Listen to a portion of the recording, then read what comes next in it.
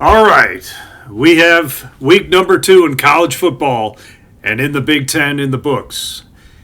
And we have some shakeups at the top in our power rankings now that we have another week of data and a few more meaningful games.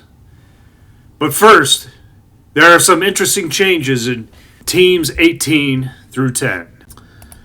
So starting off at number 18, I have once again the Northwestern Wildcats. They had a bye week this week, and perhaps it came at a good time with Oregon coming to Evanston next week. And after losing by 20 to a MAC team, and the only team in the conference to lose to a Power 5 team, it doesn't matter if it's Ohio, and they were the MAC champions. It's a MAC team. Losing by 20 to a MAC team is just not a good indicator. But we'll find out real soon if this is a feisty, gritty, well-coached Northwestern team that is giving more superbly talented teams a headache. Think Ohio State 2022. Like the teams we have seen in the past, both under Brom and Fitzgerald. Or if this is just a school with academic standards that are just too hard for a coach to overcome. I feel we will find out pretty soon if Brom is Fitzgerald 2.0. If he can make this game at all competitive. At number 17, I have the Purdue Boilermakers, and I have them dropping down 4 spots from where they were last week at number 13. And simply, they struggled against an FCS opponent. They gave up 17 and only won by 17 against, once again, an FCS opponent. So there's not really much more to say than that. They looked very solid and well coached last week with not much negatives to find. And based on how the 5 teams below them performed, 13 was, I felt like I had no choice to put them at 13. But now, since I have a little bit more data and I've seen them this game, I think I've put them in the right spot for right now. I still think they are an improved team from last year, though. They were the worst team in the Big Ten and perhaps one of the worst, if not the worst, in the Power 5 last season. So they can only improve. I think having to totally rehaul the team with 50 new players is not an easy endeavor for their new coach, Barry Odom, who came from UNLV. With taking into account his success with what he did there, he totally, I'm not going to even say revamped or resurrected. He took a dead program that hasn't been good, just is a perennial loser, and just made them somebody within 2 years, 2 seasons, to where they were on the brink of making the playoffs as a group of 5 team. They're 1 game away, 1 win away. So keeping that in mind, I think with time, this team, even with how stacked the Big Ten is, they could become a better football team. But they will probably not this year have any meaningful results beyond just moral victories. They have quite the murder's row coming up with USC, Notre Dame, and Illinois. And those are 3 games in a row. And they have Minnesota after that. And that's a tough game. And then they'll have Michigan, Ohio State, then Indiana at the end of the season. And they only have 2 winnable-looking games with Northwestern and Rutgers. And that Northwestern and Rutgers will just likely be my measuring stick for whom is in what pecking order in the bottom tier of the rankings. This could easily be their last win of the season. But we'll see if they can be competitive at all in these upcoming games and maintain morale and resolve for their new coach. At number 16, I have the UCLA Bruins in the same spot as last week. They lost to UNLV, who would not be a bad beat, given that they made the final score seem a little like a respectable loss. And given what we think of UNLV from last year. But UNLV played with their food, and frankly, they are not what they were last year, at least not yet. Their defense, UNLV speaking, has lots of issues, especially in the secondary, and Dan Mullins has been passed around a lot for a reason with pretty poor user ratings to go. If they didn't play with their food, the score would have been much more indicative of how the game really felt when watching it. In fact, UNLV went up 23-0. It was a pretty big shellacking. It took till about halfway through the third quarter for UCLA's offense to get going. The game appeared to be iced with UNLV up by 17 in the fourth before they really played with their food with poor game management for Mullins and his staff. And UCLA's defense is pretty terrible all around. Like, both teams' defense were pretty terrible.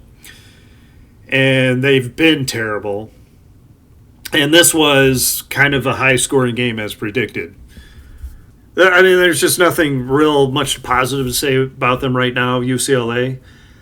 I would say the only positive is that Nico Amavilea can be pretty dangerous as a dual threat, as we saw it at Tennessee when he was there, but more for his legs than his arms.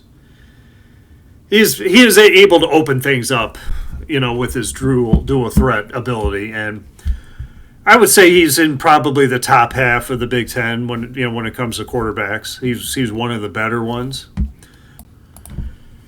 So down from 14 last week. This week I have the Wisconsin Badgers at number 15.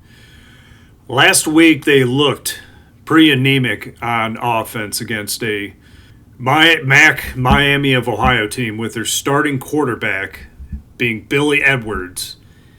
Was injured in the second quarter, and Danny O'Neal in at backup ended up putting up 17 points. And it wasn't as if Billy Edwards would have performed much better anyway, as they hadn't put up a single point midway through the second quarter yet with himself under center. So the idea that their problems rest on his injury is not valid. And this week against a bad, I'm telling you bad, really bad, Middle Tennessee program that happened to have lost to the previous week to an FCS opponent, Austin P. I don't know if I'm pronouncing their name right. And they only put up 153 yards last week. This is a bad team. And Wisconsin was actually in a game with them, in a real struggle with them late in the second quarter, with Middle Tennessee down only 10-14. Like inside the 25 on fourth down, driving, they had drove down the field again. And Wisconsin, then Wisconsin stopped them. And to their credit, Wisconsin was able to seize momentum after that. But again, it was against Middle Tennessee. Middle Tennessee basically gave up once momentum was turned. At least 14 other teams would have put up more points and given up less. You can name it. Just think of any team. I would think of Maryland, Michigan State, Minnesota, almost anybody in the conference would have put up a lot more numbers than that. So looking at the offensive spike in production in the second half is obviously a bit deceiving, considering the opponent and how the opponent had so many defensive breakdowns from a poorly coached team that any team with a pulse could be a benefactor from. So this one half is not enough evidence to convince me that this offense has improved or is on any good trajectory. At 14, up from 15 last week, switching spots with Wisconsin because of their common opponent, I have the Rutgers Scarlet Knights. Because both teams played Miami, Ohio, and Rutgers did significantly better, that is evidence right now for putting them one higher than Wisconsin. I really don't have much more to say than that. I had no interest in watching this game. Rutgers barely beat a MAC team, giving up 31 points last week. So having a larger margin the next week against another MAC team might be an improvement, but is not anything to go crazy about.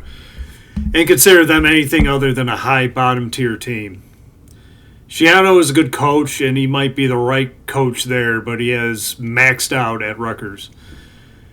Things are getting harder now with the more competitive Big Ten and NIL for Rutgers to really become something like that, what Northwestern was, or Iowa, or possibly slightly beyond. They're fundamentally sound but vanilla team with very little skill position talent is not going to get them very far from here. Okay. At number 13, all the way up from 17 last week, I have the Maryland Terrapins. I was quite a bit dismissive of them last week, given that they really bottomed out last year, after really their window of opportunity to move up towards being a legit Big Ten contender for championships was 2022 and 2023, when they had Tua's little brother at quarterback. Plus a good running back in Roman Henby and a good stable wide receivers. They've always had really good skill position players, but not good enough in the trenches against much of the Big Ten. So looking at this year with only 4 returning starters, then adding a freshman quarterback to boot, you can understand how, even though after having a blowout win in the first week, that I would be a bit hesitant to move them up, given what I just mentioned and the direction the program has been going under Mike Locksley. But looking at their margin of victory in last week, and I think the quality of the MAC opponent they played this week, I feel they are better than any of the Big Ten teams below them.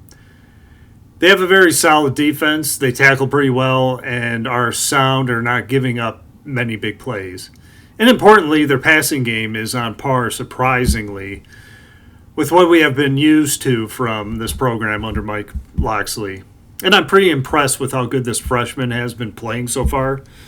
I'm really surprised by it. The wide receivers look up to standard also, but Maryland usually starts off very good and goes undefeated in non-conference.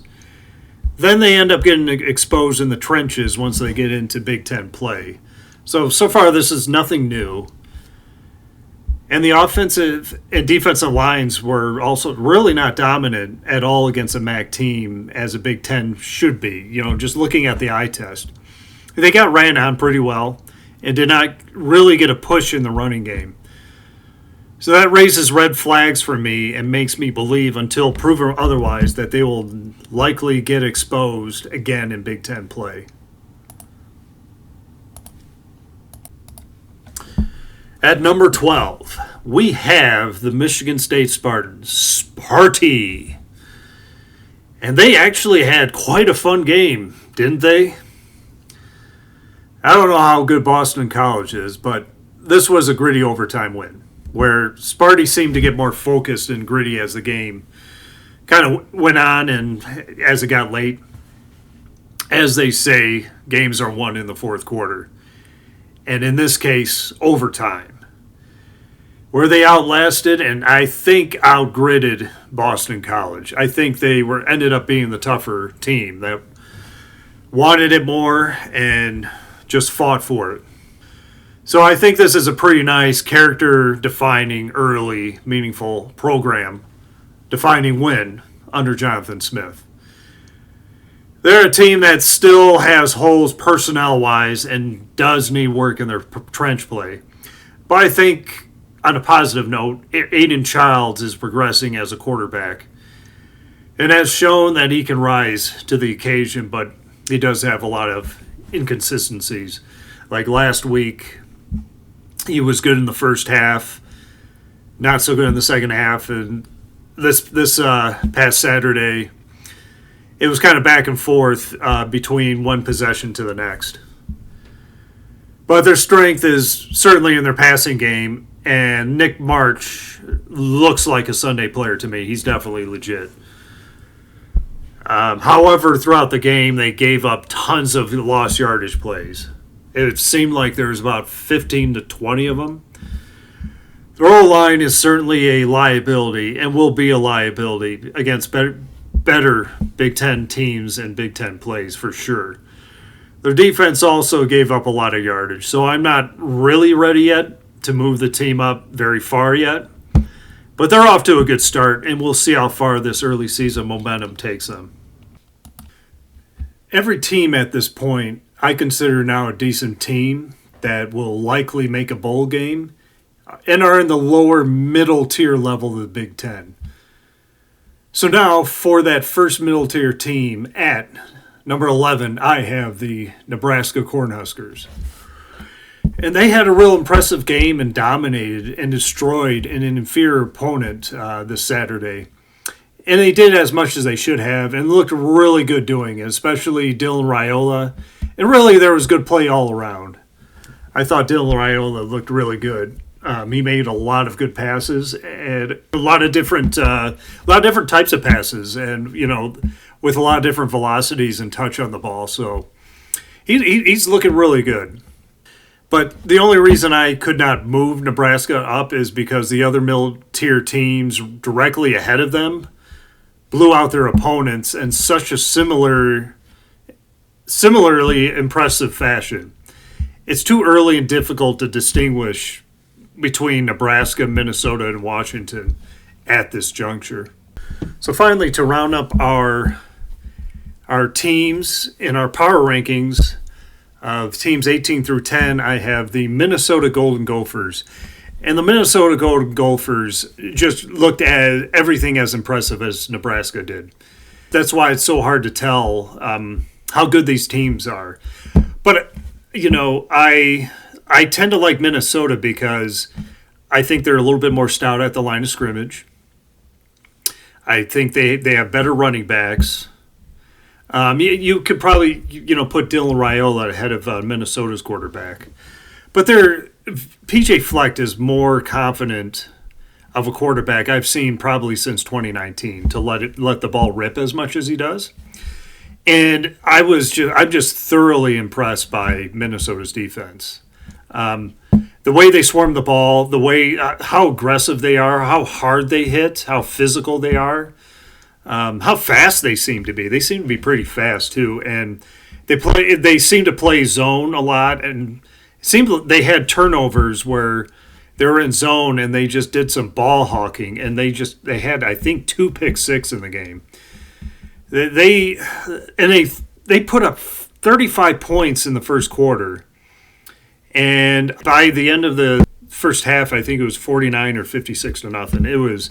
It was crazy, and unfortunately, Darius Taylor looks like he tweaked his lower leg, and it was a non-physical injury. He kind of stepped on it awkwardly as he was running into the end zone, but it looks like it's not real serious. He'll probably be back sometime, I imagine, later in the season at the very latest.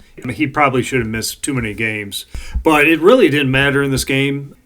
Even with him out, their other running backs are really good, and I can understand why they've been hyped up as the best running back room, but possibly in the Big Ten, second maybe only to Penn State's. So with that, I have Minnesota at number 10. They look really impressive. I think that they'd be a lot better than the 10th best team in the Big Ten. But right now, it's really hard to tell because there's a lot of good teams ahead of them that have performed really well this week also. So that does it for part 1 of this week's Power Rankings. Stay tuned for part 2 of the top 9 best teams in the Big Ten and to see how things shake up after this week, especially at the top.